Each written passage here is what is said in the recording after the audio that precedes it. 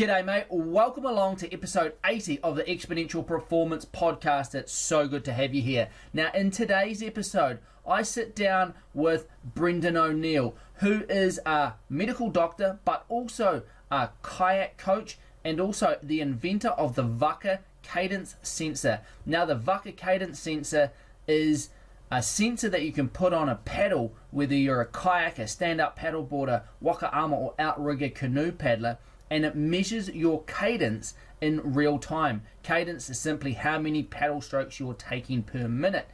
Using that data, you can use it for training intensity, testing different bits of gear, pacing, all sorts of different things, which is what we are largely talking about in this episode.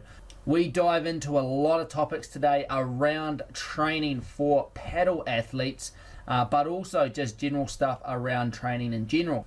Now just remember, you can find all of the resources talked about in this episode over at exponentialperformancecoaching.com/80 for episode 80. But without further ado, here is the interview with Brendan O'Neill. I hope you enjoy it. Let's get into it. Welcome to the Exponential Performance Podcast. Join sports scientist and performance coach Matty Graham to find out how to train smarter and maximize your performance no matter who you are. Brendan, welcome along. It's fantastic to have you here. It's been a long time since we've seen each other. Obviously, we met down in Dunedin, Otago Kayak Racing Club, and you were one of my coaches there for a number of years. But it's awesome to reconnect with you. Yeah, no, it's good to reconnect with you too, Matty. I mean, we still do have an ongoing connection because although I focus my attention at the club level and coaching, club kayak athletes, a lot of them do get coached by you as well. So we sort of had that overlap, which is quite interesting, and we seem to complement each other, which is great. Absolutely, and in saying that, it's fantastic to. Because I do a lot of remote coaching, online. It's awesome to have, Dunedin-based athletes to say, well, we need some kayak technique work, and you just know exactly where to send them, it's easy.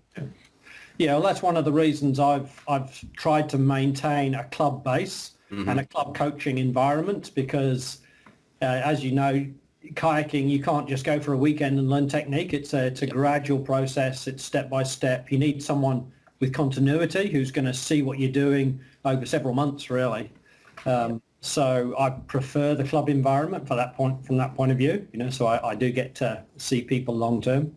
100%. That hands-on technique coaching, you can't beat it, really, can you? No, but there's still a place for what you do, and I think that people often don't have access to clubs, and I think they still need some sort of guiding and direction. And maybe in the space of this talk, we can talk about how using Cadence as a remote coach can be really helpful. It does give you some advantages. Yeah, fantastic. So how did you find yourself in Dunedin? What prior to you arriving in Dunedin, what's your background? Because I don't actually know, which is terrible because I was trying to think. I genuinely don't know where your background, so I'm interested to find out. Okay, well, that's a long story. You might be here for a while. I mean, I'm a medical doctor. Yep. So I'm sure you knew that. But, I guess the most frustrating thing about modern medicine, is we're pretty much always the ambulance at the bottom of the cliff. And I've had various special interests in medicine. I'm a general practitioner, but I've had a special interest in sports medicine, and I've had a special interest in psychological medicine and especially behavioral medicine. Most of our modern diseases are behavior focused. I mean, that's what's causing them. So having a behavioral medicine approach, trying to help people with behaviors that will make them healthier and instead of less healthy. And the psychological interest comes into that too. So really, coaching has brought all of that together. So now I'm no longer the ambulance at the bottom of the cliff. Yeah, nice. Now I'm dealing with people who want to be healthy, they want to perform, they want to understand their body. So it's a very strange, circuitous route to get there. But for me, it feels like all those interests I've had are finally all coming together. And I've been into sport my whole life. I was a kayaker back in United Kingdom. Yep. So I think I'm a much better coach than I ever was an athlete, but I know that feeling very well. Yeah. I mean, I did make the British team as a kayak athlete, but as I say, there's a lot of unfinished business there, and I feel like that's why I coach. I love the performance aspect of sport, and kayaking's been a passion my whole life. Yeah, fantastic. And so how long have you been in Dunedin for? Came to Dunedin in 1990, so quite a while. Yep. Mm-hmm. I really only got back into kayak coaching about 2012, something like that. So what's that, 18 years ago? Because that was certainly about the time that I was working with you in Dunedin. Yeah. So I was going to say, just when I rolled onto the scene. And I've always thought, geez, we've been lucky to have, such a great coaching resource in Dunedin, such as yourself.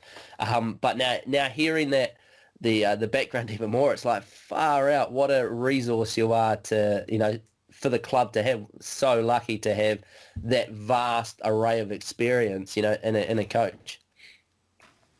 Well, I always think so, but no, it really goes under the surface. Yeah. It's a club needs a whole lot of skills. Ranging from taking padlocks in to get them fixed by the locksmith, to fixing boats, to mopping out the shower area, trying to organise groups of disparate young people. It's like herding cats. So. I think it's a really underutilized club coach. We can talk a lot more about like high performance level coaching, but I think club coaching is another whole step above that. It's like It's like there's so many aspects to it, you really need to have a handle on at least most of them, or a really good team around you, and even building the team is a skill. So. Yeah, I think every club coach will come with a set of skills like I've described, but from different areas of life. Yep. Yeah, and that's interesting in itself. And you do some development work for Canoe Racing New Zealand as well? Yeah, so I think just because of there aren't that many kayak coaches in the country that I'm saying there are a lot of kayak coaches actually, but they're all doing their own thing in different places. But there aren't many kayak coaches that are connected through High Performance Sport and through Canoe Racing New Zealand, and we're trying to do something about that. We're trying to, get more connected and get some sort of program established that can upskill everyone. Mm-hmm. I think because I've had a few athletes who've gone through the canoe racing pathway, so they call it Pathway to Podium. And so there are different levels of their development squads. Pathway to Podium is really the level down from actually joining the centralised high-performance squad. So, I have to have quite a lot of communication with Canoe Racing New Zealand in terms of, getting those athletes from that Pathway to Podium level into the high-performance level. Yep. Yeah, and that's... it's a big jump as well from there, isn't it, in terms of the athlete having to understand so many different components of performance, because it's not just often at the real beginner grassroots level. It's sort of that fun thing that we do on the weekends, so to speak, and then that really steps up, and it's not just about training anymore. It's about the lifestyle as well, the nutrition and the recovery and the psychology that goes all around that. Yeah, and a lot of athletes are, I'm sure your athletes are the same. They're trying to get those things, they get their ducks in line, really. But it is a very big jump from being someone who tries to do a bit of training, a bit of weekend racing, to try and get into that high-performance squad where, they're really looking at a 4-year cycle aimed at the Olympics. So they're saying, we want athletes who, in the next 4 years, can get into Olympic finals, which is, that's that level of performance is that step from being club to going up and being coached by professional coaches who are able to give them input every single day and have that whole group of support personnel, as you say, nutrition, biomechanics, physio, life coaching, psychology. That, you know, the high performance athletes get all that, and the club coaches get, you know, me or you. so you're right.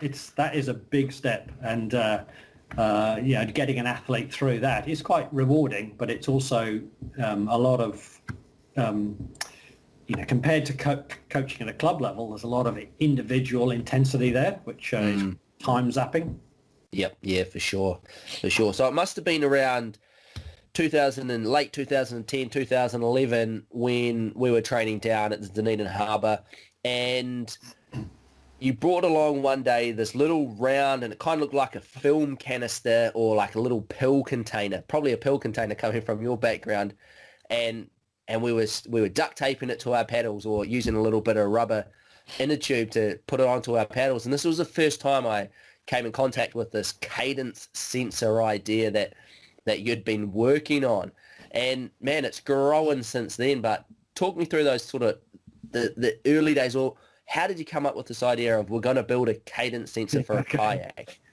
Yeah, so that's a bit of a story. But when obviously when I was being coached, there was nothing like this available. And my coach used to say, you know, we're going to do 80%, or we're going to do 40 strokes per minute for 4 minutes or something like that. You know, we had no idea. He had a stopwatch. So while we were in view, he could tell us how close we were to what he wanted. Mm-hmm.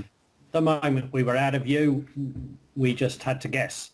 And so when I came back into coaching, you know, I expected there to be something that would allow me to be a bit more precise. Yep. And there really was nothing.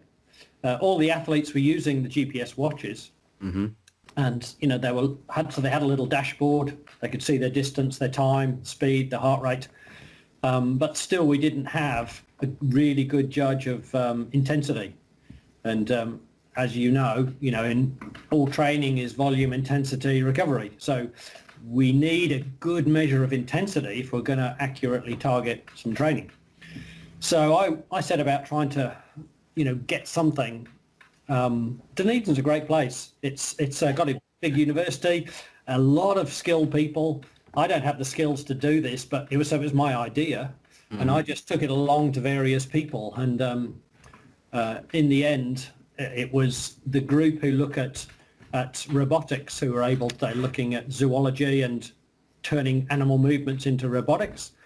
They were able to come up with something pretty easily, and that was miniaturized enough to give that little canister that you're talking about, which really was proof of concept. So that was allowing me to coach the way I wanted to coach. And that was then taken up. At that time, I was being mentored by Gordon Walker, who Gordy is obviously the national kayak coach now. In those days, he was just interim coach. Ian Ferguson had just left, and Gordy was standing in. Obviously, Gordy has been tremendously successful, and now he is head coach of Canoe Racing New Zealand. But he was mentoring me. He saw this thing, decided that he needed it in Auckland for the high performance squad. And so on the basis of that, we began to commercialize it.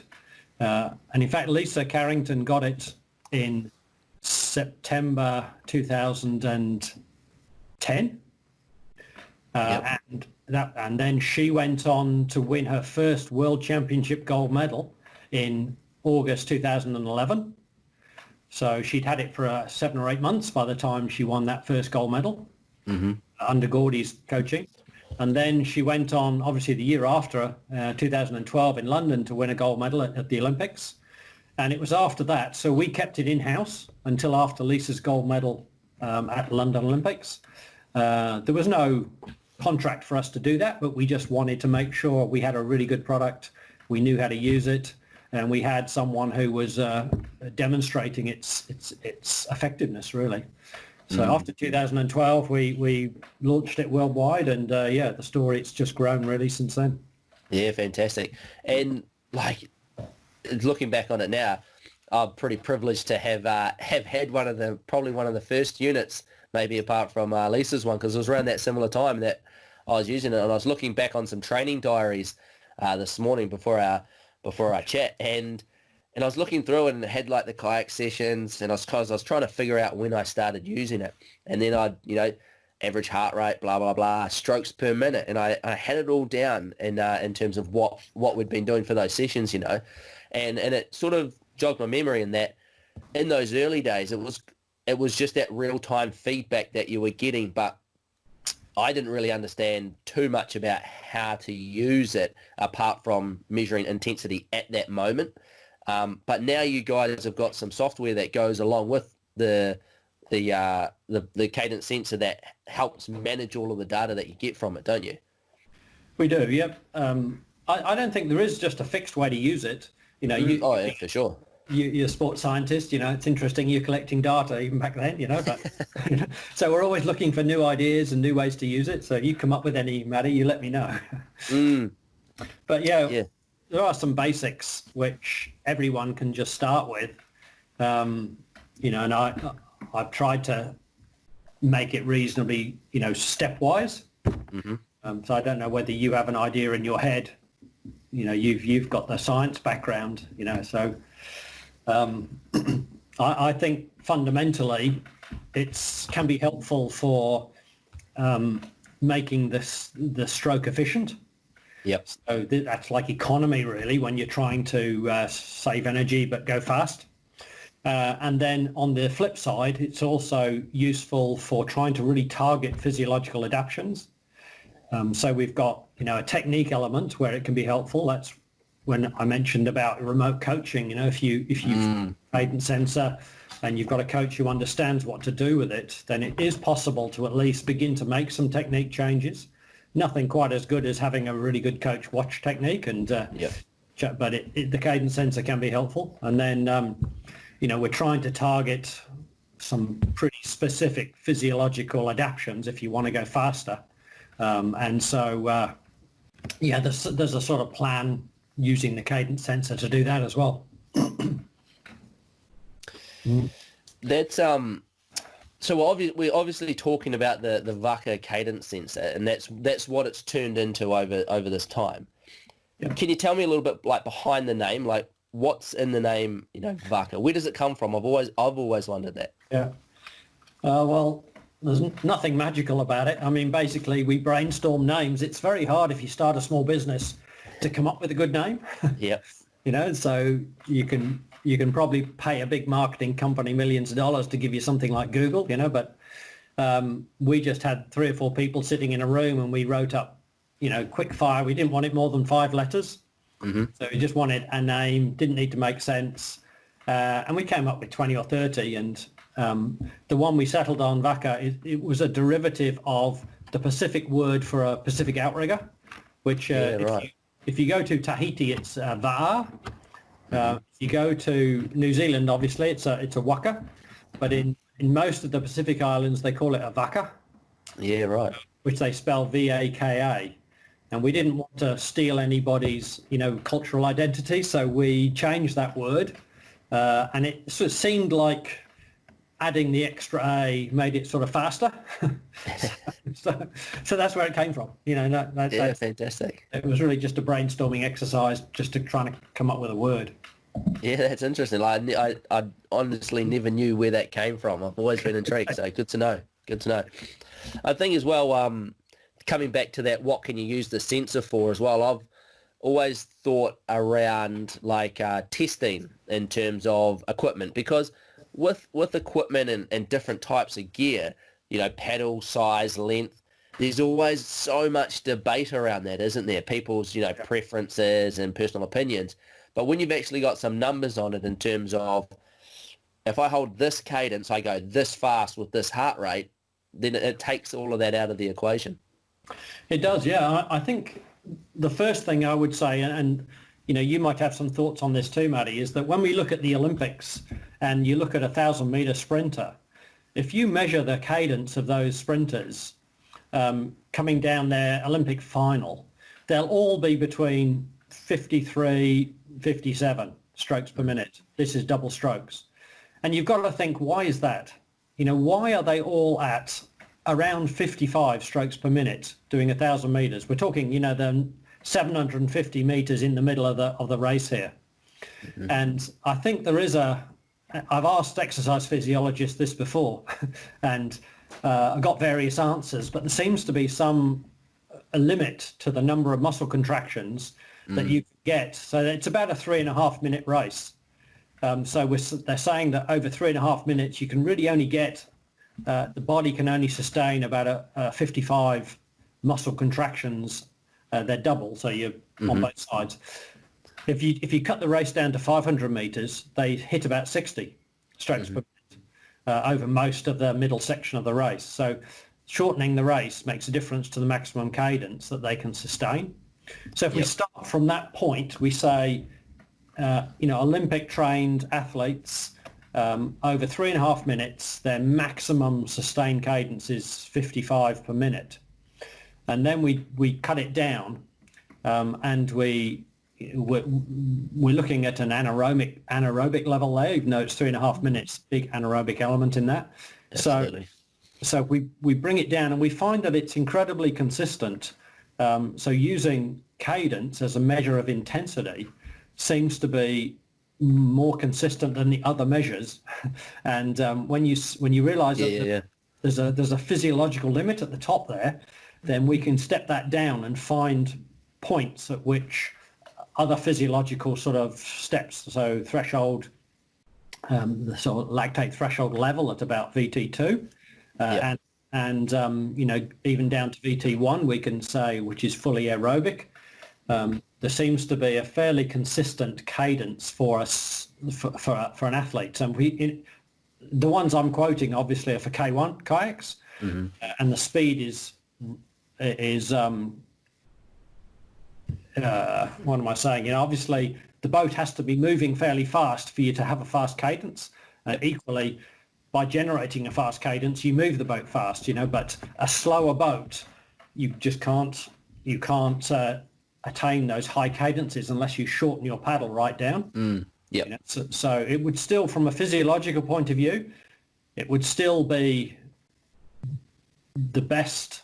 So if you've got a slower boat and you were trying to do a 3.5 minute race, you'd still want to hit 55 because that is your physiological limit, but you'd need a much shorter paddle to do that. Yeah, absolutely. So then you manipulate the variables around that to give you that goal of that stroke rate. Yeah, so you can now start to play along with, if we know, for most people, I would say the best test is a threshold test. So maybe a 40-minute time trial, which is the last part of that, the last 20, 30 minutes is going to be at threshold if you're time trialing, and see what your cadence is, see what your speed is, see what your heart rate is. We know from, if it's a K1 paddle anyway, that your cadence should be around 41, somewhere between 39 and 43 maybe. And if you're about that level, you can double check it with your heart rate if you know where your threshold heart rate is. And then my advice to people is to play with their paddle length, because they need to be in that sort of 41 cadence zone, and that gives them like a middle measure, and they can then slow down and then they can speed up. If they learn technique with too high a cadence at threshold, they'll never have the top end. So it's using cadence and heart rate to just find out what's probably going to be best in terms of paddle length. Yeah, fantastic. And a metric that you often use is distance per stroke. So you're saying that kayak performance or paddling performance is made up of distance per stroke and cadence. Yep. And it's kind of similar to if you think about power, isn't it? Power is force times velocity. So force being how much force you pull on the paddle, which will give you how far you go per stroke, and then cadence being the velocity, isn't it? Well, sort of. Because you're a cyclist mainly, I have this debate with a lot of people whether force is helpful in any way in kayaking. And but fundamentally, the two things that make you go forwards are your distance per stroke and the numbers of strokes you take per minute. So those are the two final measurable metrics. Yep. we could talk a lot about power. Do you want me to briefly talk about power and kayaking? Yeah, for sure. Yeah. Okay. So interesting. Yeah. So I think fundamentally, if you're on a bike, you've got a mechanical system where most of the power, most of the force you apply generates in forward movement. But in a kayak, that's not the case. And for several reasons. One, it's an asymmetric mechanical system. You're only being able to exert force on one side. And so you generate three other movements other than forward motion. You generate yaw, pitch and roll in the kayak. So they're all wasted movements in terms of making the boat go forwards. As well as that, you've got water as a portion of the mechanical system. And water is not easily grippable. So if you apply a lot of force to water, all you do is throw water backwards. And so there's not a lot of the force. Well, you can certainly have a situation where only a minimal amount of the force you apply is actually ends up driving the boat forwards. So measuring force, especially at the paddle, does have its severe limitations, because you want to know. I mean, it will tell you, for instance, if you have a lot of force and very little speed, you're doing something very wrong. Yeah, for sure. Yeah. So it as a research tool, it can be quite helpful. But as an everyday tool, what we want to know is how far we go with each stroke, which tells us how much of the force we use is actually moving the boat forwards. And then we want to know how many strokes we can get in. So I still think that using cadence and using distance per stroke are the best two metrics on an everyday basis. Yeah, no, and I mean, I guess that is kind of reflective as well of how well the Vaca cadence sensor has done versus some of the other gadgets on the market that do measure power, in kayaking paddle, is that functionality of it, isn't it? It is, yeah. I think we've always, when you measure force, it's about where you measure it. So as you say, power is force times velocity. So what velocity are we measuring?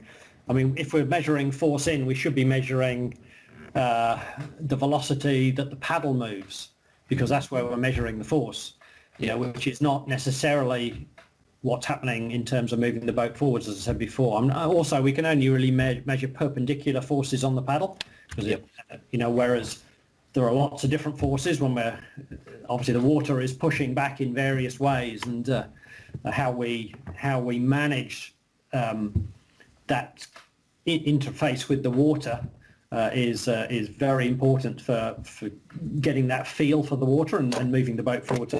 So I would just say that there's a place for power, especially if you're trying to identify uneven paddle strokes on different sides. You're trying to look at where the force is applied during the stroke. Is it at the beginning? Is it middle, at the end? And if you're trying to pair like good paddlers for a team boat, then that can be really helpful too. So there's definitely a place for it, but on everyday basis, I think Cadence is great. Yeah, and it's just like you say, so user friendly as well. There's not, you don't have to go through calibrations and, like you say, power and force in itself. Just the measurement of it itself is so complex that it throws a lot of spanners into the works.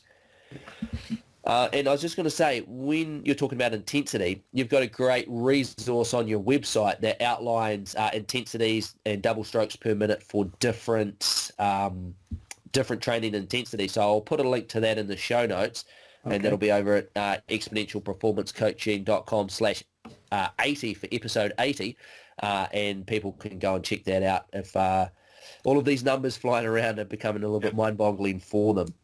But I just wanted to say, if someone brought one of these Vaca cadence sensors, what would be the process of how to use it, from taking it out of the box, chuck it on their paddle? What do they do next in terms of, do they take a couple of weeks just to get used to the numbers that are coming in, or do they go really specific for the first session, or what are your thoughts around that? Yeah, I don't think they're that useful if you're really at an intermediate level and you're just trying to enjoy the sport. But the moment you want to think about performance, then they're worth putting on your paddle and just watching the numbers. I think there's no great mystery. You see the numbers there, they begin to keep you honest. You're getting a feel for what cadence you're doing and what you're capable of. I think once you're happy looking at it, then there are more specific things we can do, but there's even some paddlers, that's all they ever do. They just want to know what sort of cadence they've held. And even, if you're an endurance athlete and you want to paddle for 4 hours, are you losing a lot of cadence as you get tired? Do you start too fast? What can I hold for 4 hours? So even that, it's just useful just having that visual feedback, real-time cadence. Yeah, that's something that I've done with a number of the multi-sport athletes that I've worked with in long races such as the Coast to Coast, and they say, oh no, my cadence has been really good. I managed to hold it for the whole time. And then when you go back and have a look at the data, it's like, well, actually, maybe we need to, shorten that paddle length up or get a smaller blade, because you see it start really good and then it just takes a dive, a couple of hours into the race when they've just lost all of their capacity. Yeah. And it's even, that's, I think, very common, isn't it? Especially at 2 hours. Mm. And I think, I like listening to Stephen Seeler.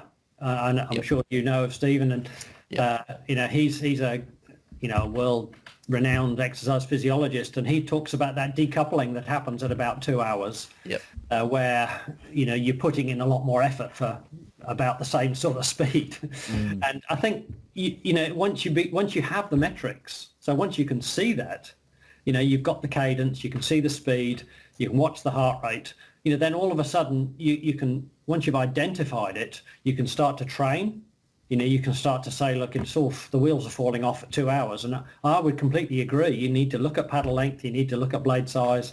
You need to look at what sort of training they're doing.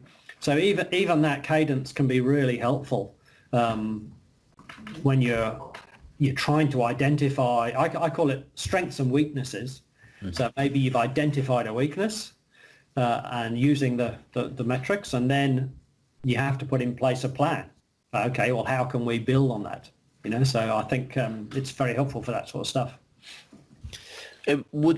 Are there any sort of go-to benchmark tests that you use for just sort of measuring performance, I guess? Like if an athlete gets a cadence sensor, what sort of a good test that they could do first up as a benchmark that they could go back to and check their performance? Yeah. So I like a cadence ladder because what we want is to see some paces, like you would in a runner. Mm-hmm. You want to see that they can be efficient through a whole range of cadences. And obviously it depends on what racing they want to do as to how broad that range needs to be. So Lisa Carrington will be hitting about 75 double strokes per minute. I've never met an athlete who can be efficient at 75 double strokes per minute, Yeah. But a K1 1,000 meter paddler will be trying to hit 55, probably 60 off the start. So we need to see that they're efficient. But for your average paddler, it's let's start at 30 strokes per minute. And then 35, then 40, then 45, then see if they can manage 50. And if you do it in a very structured way, so I would usually do a minute and then a minute off, a minute on, minute off, minute on, minute off, and go up that ladder and then maybe down the ladder as well. And what you see is a graph, and you want to see a linear increase in speed. Well, firstly, you want to see whether they can actually hold the cadence. Yep. So, can they hit 45? Can they hit 50? So if they can't, you've already identified, okay, we maybe need to train in this area. We need to try and get that, biomechanical system functioning at that cadence. And if they can, what's happening to their speed? So if they're hitting 50, but their speed's less than it was at 45, you've become incredibly inefficient. And that informs you too. It says, okay, well, this person, if they're going to go faster, they, off the start or coming to a hazard or whatever it is that they may need a burst of speed for, they're going to need to do some training in that area so that they can improve their efficiency. Yeah, and that's often something that you don't really realise where those holes in your capacity are until you actually start doing some specific measured work around them, is it? Yeah, yeah, that's a fairly easy one because it should just be a straight line. Yep. So as you line up the peaks of your intervals, as you go up the cadence ladder, it really should be linear. And yeah, so if you take a reasonable arc, it becomes non-linear once you get right out of the normal range. And so for most people, 75 would not be linear anymore. But if you can almost identify a 200 meter paddler by, if they're still linear at 70, they're going to be a good 200 meter paddler, Yeah, that's impressive, isn't it? It is, yeah. Now, you've got an ebook as well that people can download from your website as well. How to paddle faster using tips for optimal training. Yeah, it's really about training with cadence. Obviously, lots of ways of paddling faster, but and again, it's a fantastic way that people can get a good insight into it, isn't it? Because it can be a little bit intimidating when people first start off. Yeah. I mean, you can definitely go overboard with numbers and metrics, and I mean, you and I obviously, we thrive on that stuff, but a lot of athletes, they just want to get out there and train, and so I always try to have a flexible approach, so that some athletes will just use it as a visual feedback in real time. Yep. And that's fine. If they know a little bit about what they're trying to achieve, that's better too. Some athletes, good place to start, isn't it? Yeah, good place to start. Some will want to just use the Garmin software, because if you're using a Garmin watch or a Sunto or something, there's some graphs you can see. Once you've done your training, you can go back and have a look. And then some athletes will want to dive in a lot deeper and, look at some maybe third-party software, like, as you say, we have the Vaca analytics software, which is free on our website, so that lets people have a closer look at what they're doing. Mm. And have you done any or have any sort of systems in place, I guess, around using it over like a training season or periodization of cadence? And I kind of just thinking out loud that it'd just be similar to any other intensity measure in terms of you use base phase and your speed phases. It'll change during that, or is there anything stand out for you on that? Yeah, absolutely. I think periodization it's very helpful for. Probably even more so is this new term polarized training. Yeah. And I know that's one of the ways that the high performance kayak squad use it. They want to try and keep, they're obviously training full time every day, and they found that even as sprint athletes, they need to keep 80% of their training below VT1, which in a K1 is a cadence of about 36. They wouldn't want to go above 36. So they're trying to achieve 80% of their training, and so they use the cadence sensors every training session, and they collate that each week to see how much has been above 36 strokes per minute. So polarized training, I think, which is seems to be a new buzzword around the last couple of years anyway, it's helpful for that. And then periodized, but for the periodized training, what I tend to do is, at my club level anyway, is we have blocks of training. Yep. And we'll have some, if we do a threshold block, for instance, then we'll use the cadence to specify one or possibly two threshold sessions a week. So the athletes are using cadence to, just to carry out the training session so that they are sticking to a particular type of training during that block. Yeah, cool. And I can't remember what I was going to say now. It was highly intelligent, though. Okay. Yeah, I think if you go to the basics, we're trying to, we're trying to do volume, intensity, and recovery. And if you know the intensity, then it obviously informs what volume you're going to do, and it informs how much recovery you're going to need. So I see intensity as being really central. And, you can look at other forms of intensity. You can look at perceived exertion, or you can look at heart rate. But I think for kayaking anyway, the cadence seems to be the most accurate. Yep.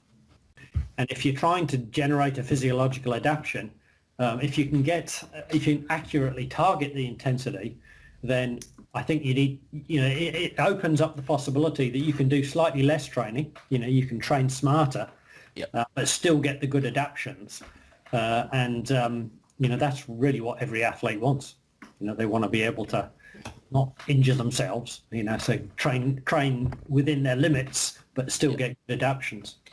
Yeah, I mean, that intensity is such a big part of the training puzzle, isn't it? And unfortunately, duration or time, people have just focused so heavily on that in the past because it's been so easy to measure, or it's been the one that we can measure across the board easily enough with the old stopwatch, like you say.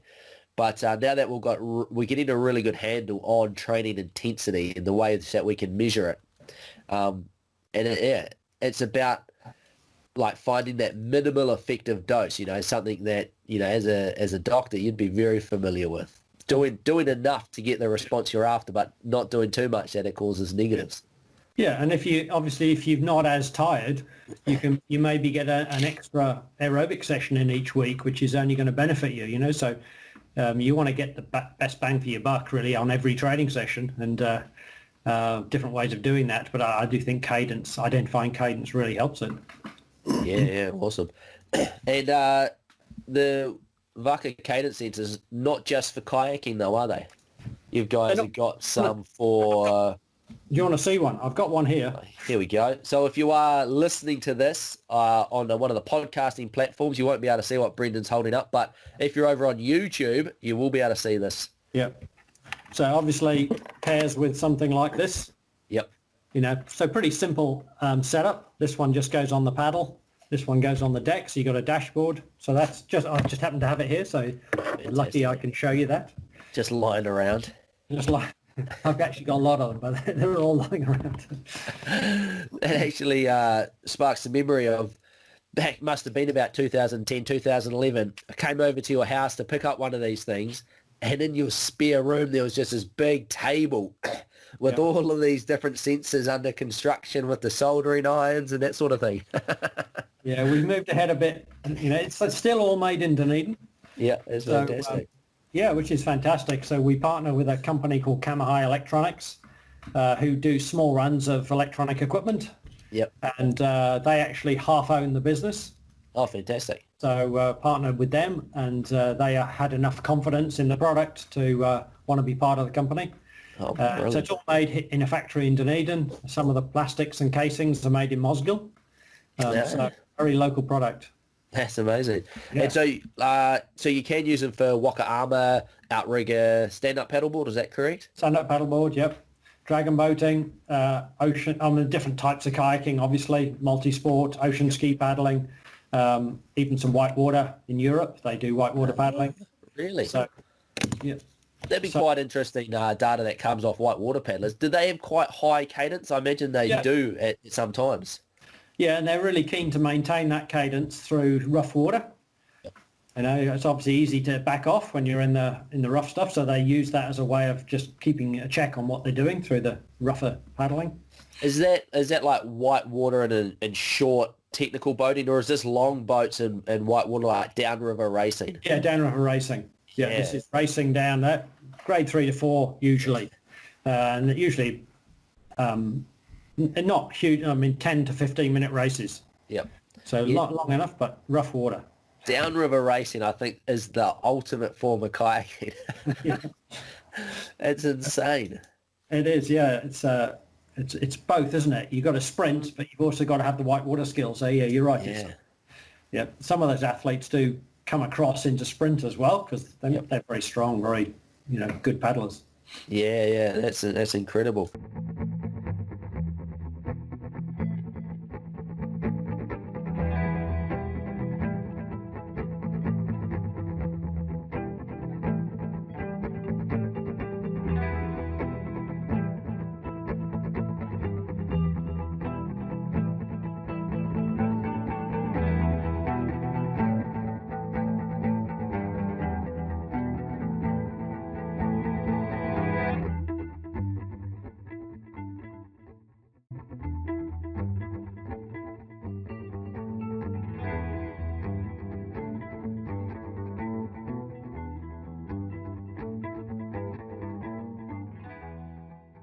goals and needs.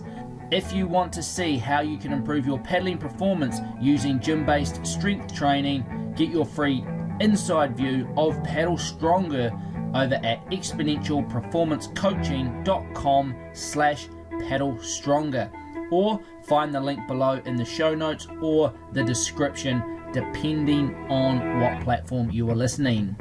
Now, let's get back into the interview. With athletes, we're just still talking really about how you can use Cadence. Yep. And I think one of the great aspects is being able to monitor whether you're getting better. Yeah. And so, rather than have to wait till race day to find out, you want to know when you're training, am I doing the right training to get better? And so I like to have key sessions, because once you can replicate a session accurately, then you can compare them. And if you can't paddle at a fixed cadence, you can't really replicate the session. You think you've done a hard interval session, but you do the one in 2 weeks' time. You don't really know whether it's the same. But if you can stick it at 41 cadence, and you can do 4-minute intervals at 41, then if you repeat that in a month's time, you can really see whether you've made a difference. And see, most people would feel that increasing cadence would improve the session, but in reality that doesn't seem to be the case. So what we see is once you've got your paces, so if we say threshold is going to be around 41, then you can repeat those sessions at 41 and you'll still get better. So the gain is coming from distance per stroke. Yep. So that repetitive physiological stress of the cadence still seems to limit how many strokes you can take per minute. So that's always going to be threshold. I mean, if as a multi-sport racer, that if you look at people's cadence over 2 hours, they're all very similar. The good athletes are all pretty much the same. You think, well, why doesn't one of them just go a bit harder? Yeah. So there is definitely a physiological limit there. And it was really just an idea until we started using Cadence, and it became quite obvious that it's pretty fixed. I mean, there is variation between people. You get some people who are just exceptional, and they may have a slightly higher threshold cadence, but it's pretty unusual. So you have to see what you do. Yep. If you can repeat sessions and see that your times are better, then that's very encouraging in terms of the training you're doing. So I'd say that identifying some key sessions that you can, something like a threshold session or a time trial or a VO2 max interval, something like that, and then every 2 to 4 weeks do it again. And it's great. If you're not getting better, you need to change something, and if you are getting better, then that's really good. Yeah. So that's not the method of using it. And having that that feedback and almost testing within the session without having to go and doing a specific test is really good. Like every session becomes a test essentially, doesn't it? To then, if you've got that level of control and feedback, then it's a lot easier to get good performance, feedback, rather than saying, right, we're going to do a time trial on this day and then, it doesn't go well or whatever it might be. But having that daily feedback is so valuable. Yeah, you do have to be quite disciplined though too. I mean, I for a threshold session, I have that rule of thumb where we look at work duration. So it's got to be at least 40 minutes, up to maybe 60 for some elite athletes.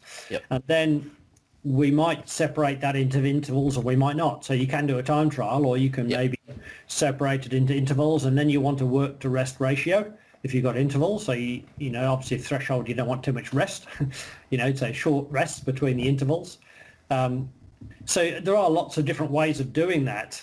But if you want to compare like with like, you need like one test session, where we call it the key session.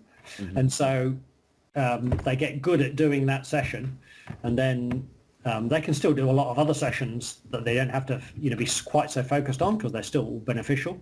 But at least it gives them something if I'm doing something like Training Peaks, I'd identify that. I'd say this is a key session, so you need to try and nail that one, and then we use that for comparing how they're doing.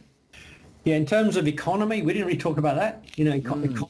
So we could talk for what time? We could talk for ages, but because I think that kayaking more than almost any other sport, maybe swimming, the economy is absolutely essential. You just have to be efficient, and you've got movements of the body in every plane.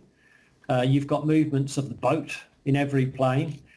Every single movement you make will affect everything else, and it's quite difficult to engage a lot of muscles because it's so tippy and you've got the water bouncing you around, and it's not a very natural movement, not like running or biking. So how do you recruit more muscles to make to generate the movement? So I think using Cadence, one of the ways I tell people to do that is to just go off for a paddle. Say they're at 36 strokes per minute, which is an aerobic level, and just have speed up next to Cadence. Yep. And then and just whatever's comfortable, just try and get into a rhythm, whatever's comfortable, and then hold the cadence but up the speed. So still going to stay at 36, but now you're going to do, instead of 9.5 kilometers an hour, you're going to do 10 kilometers an hour. Yep. And what happens is the body just finds a way. You maintain the power on the blade. You find a little bit more rotation or a little bit more push, without anyone actually telling you to do anything. Yep. So you're learning to be economical and to try and get a good balanced, efficient stroke. So it is definitely not as good as having a coach who's sitting next to you, but in a sense though, you're seeing some real numbers about how you're generating the speed. So I think that's a really good way of using the sensor. So it's opposite to training, trying to do intervals. You're actually trying to paddle you're holding the cadence down. So you're restraining it and then trying to up the speed. So we're working on distance per stroke. Yeah. And it's just the other part of that equation, isn't it? It is, yeah. So you've got those two things. And you almost need to do the economy stuff first, because the more you develop a habit, the harder it is to change. So we want to make sure you've got a reasonably good, powerful stroke. One of the concepts that's coming through now, and if you have the opportunity to train with speed and cadence in a situation where it's relevant, I mean, I'm training people on tidal water. Yeah. So GPS speed, it's okay for training sessions because we average there and back. Yep. If we do intervals, we do them in both directions and we can average them, so we can still get useful results. But this concept is there is a most efficient paddle stroke for each person. You don't want to be overstretching. You don't want to be missing your catch.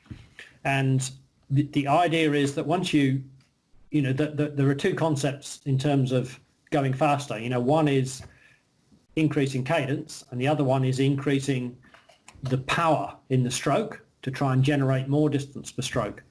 And what we found is that if you want to produce really consistent athletes, you don't want to be varying the power in the stroke. And the rowers are doing the same, so they're trying to really slow down the stroke but keep it powerful. And then all the speed is being generated with cadence. Yep. And so kayaking, we found the same thing, that when you're paddling slowly, you want to be paddling powerfully, but slowly. So the sort of recovery comes during the air phase. And then as you go faster, you want the same movement, same stroke, so your brain doesn't have to do something different. You're just doing it faster. So right. Achieving that is quite tricky. But I mean, in a situation where you haven't got tide, then I know that the high performance guys will just match a cadence with a speed. Yep. So they know at each cadence, and every athlete is different, so it's all individualized. And the idea is to try and make that movement consistent the whole time, optimal but consistent, so that they're not changing what they're doing as they try to get the boat to go faster.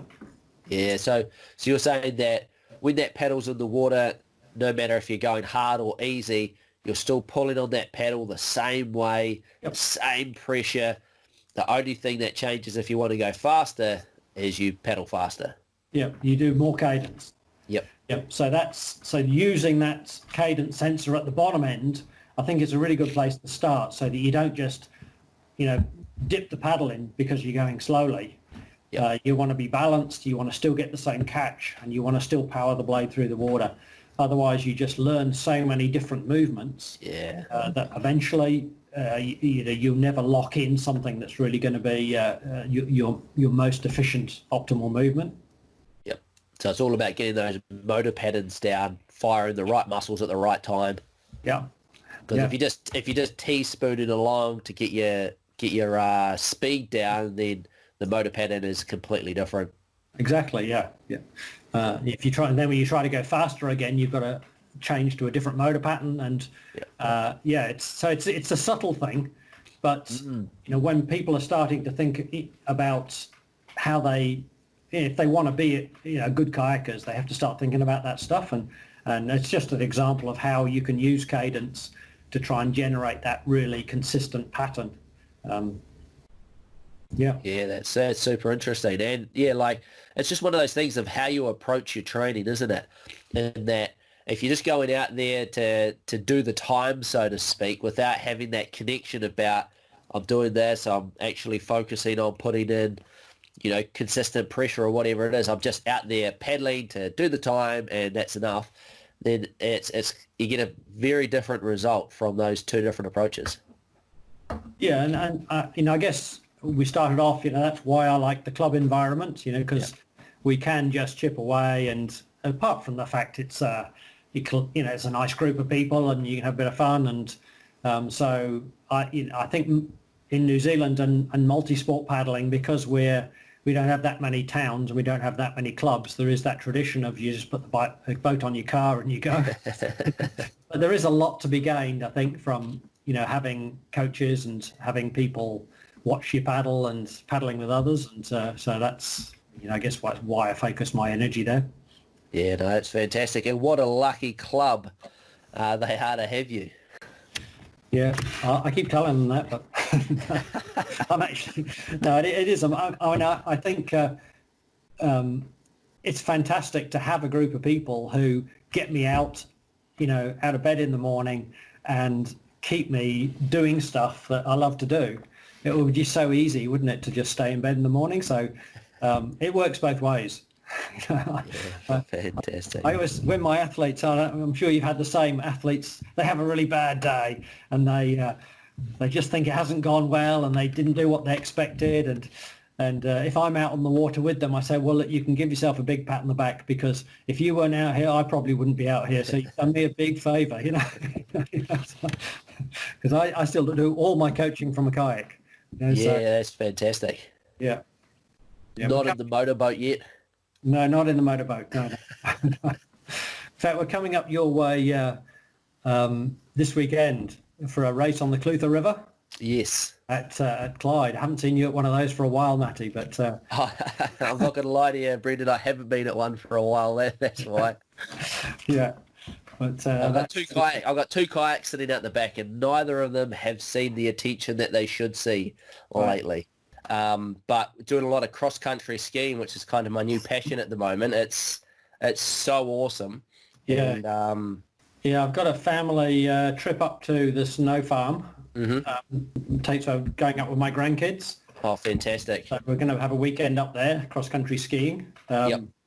But of all the skiings, I like the cross country the best. I love the fitness stuff. So love being out in the mountains. Love the snow. So, have you've done a bit then? Have you? A little bit, yeah, but not a huge amount. Yeah, fantastic. I find like the technique as well is super similar to kayak technique. Yeah. When I finally started to grasp the technique, it just sort of clicked with me. I was like, oh, this is like kayaking. Yeah. There are definitely an overlap, because some of the best kayakers ever have been international level cross-country skiers. Is that right? Yep. Yeah. Wow. So the Norwegians especially, but even the Canadians, so. Yeah. We just want to wrap up with, where can people find out more about the Vaca Cadence Centre and how to use it and where to buy them? Well, we do it's a global network now. Yep. So we sell in 12 different countries at the moment. And obviously, even if you're not in one of those countries, sometimes one of our dealerships will be the place to go. So if you go onto our website, which is Vaca Cadence, or one word, .com, that'll give you a list of dealerships. But you can also buy online at vacacadence.com. We have a web shop.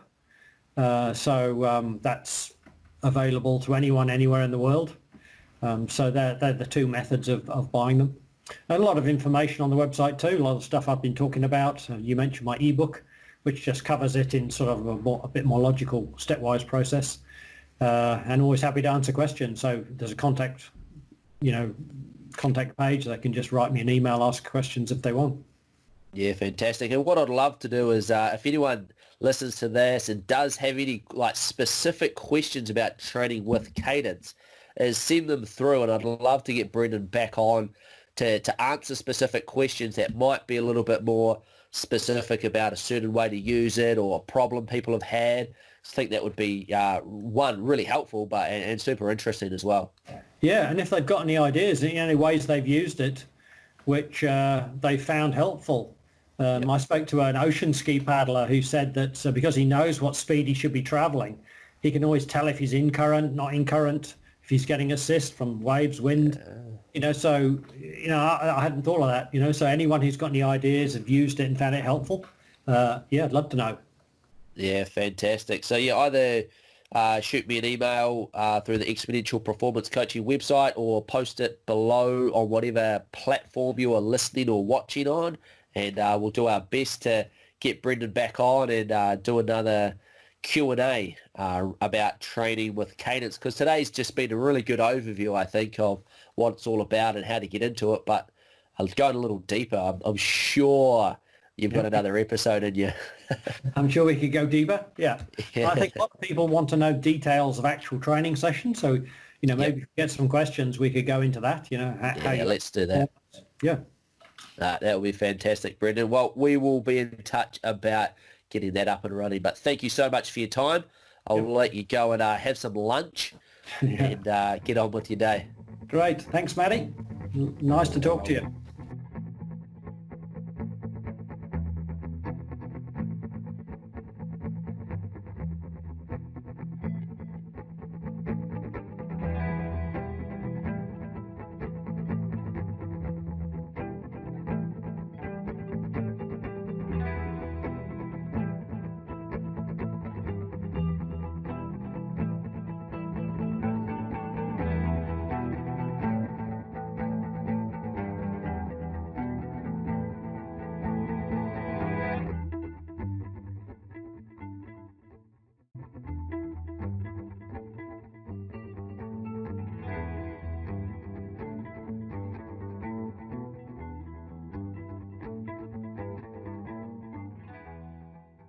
Goals and needs.